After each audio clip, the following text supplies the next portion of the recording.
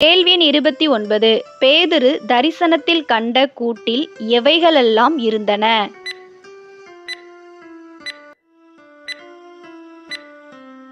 பூமியிலுள்ள சகலவிதமான நாலுகால் ஜீவன்கள், காட்டு மிருகங்கள், ஊரும் பிராணிகள் மற்றும் ஆகாயத்து பறவைகள். அப்போஸ்தலர் 10:12. கேள்வி எண் 30. பேதுருவின் தரிசனத்தில் முதல் தரம் உண்டான சத்தம் என்ன? பேதுருவே எழுந்திரு, அடித்து புசி என்கிற சத்தம் உண்டாயிற்று. அப்போஸ்தலர் 10:13. கேள்வி எண் 31. பேதுரு எதை ஒரு காலும் புசித்ததில்லை? தீட்டும் அசுத்தமுமாயிருக்கிற யாதொன்றையும். அப்போஸ்தலர் 10:14. கேள்வி எண் 32. பேதுருவின் தரிசனத்தில் இரண்டாம் தரம் உண்டான சத்தம் என்ன?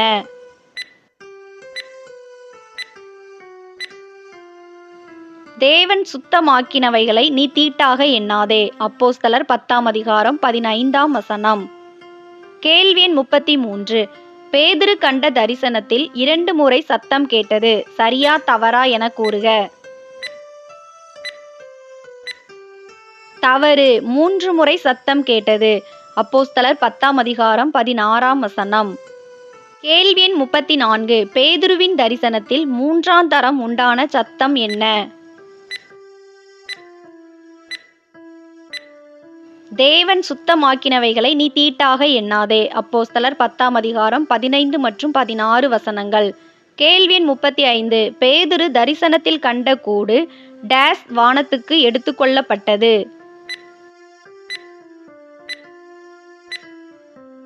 திரும்ப வானத்துக்கு எடுத்துக்கொள்ளப்பட்டது. அப்போஸ்தலர் 10:16. கேள்வி எண் 36. பேதுரு தான் கண்ட தரிசனத்தை குறித்து தனக்குள்ளே கலக்கமடைந்தான். சரியா தவறா என கூறுக. தவறு. தனக்குள்ளே சந்தேகப்பட்டான் என்பதே சரி. அப்போஸ்தலர் 10:17. கேள்வி எண் 37. சீமோனுடைய வீட்டை விசாரித்து கொண்டு வாசற்படியிலே வந்து நின்றவர்கள் யார்?